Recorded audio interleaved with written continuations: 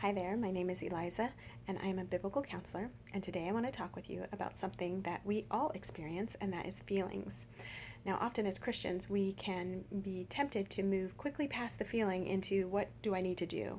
What are the actions that I need to take? What is God calling me to do? And there is a place and an appropriate time for that.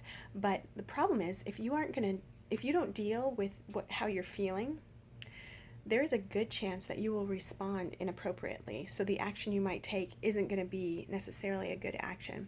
So, how can we deal more appropriately with our feelings? First thing I want to talk to you about is actually experiencing the feeling, to let yourself stay there a little bit longer. To do this, I want to bring a feeling into as an example to help us kind of work through this. So let's talk about the feeling of being hurt.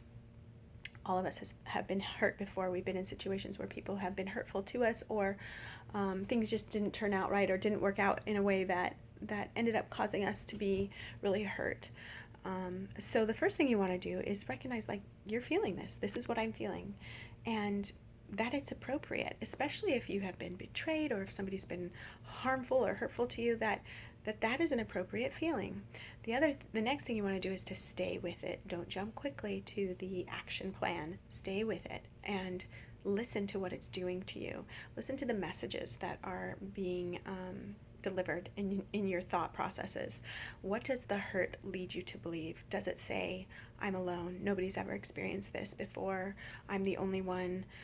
Does it say, I should be ashamed? Does it say that I'm rejected? Does it say that God doesn't see or that God doesn't hear? And it's important for you to kind of think through and let yourself experience that. That's staying with the hurt. And then from there, you move towards doing something with that. If you have experienced what it means to be hurt in that sense of staying with it, then you have the opportunity to bring truth to some of those messages you're hearing. Am I alone?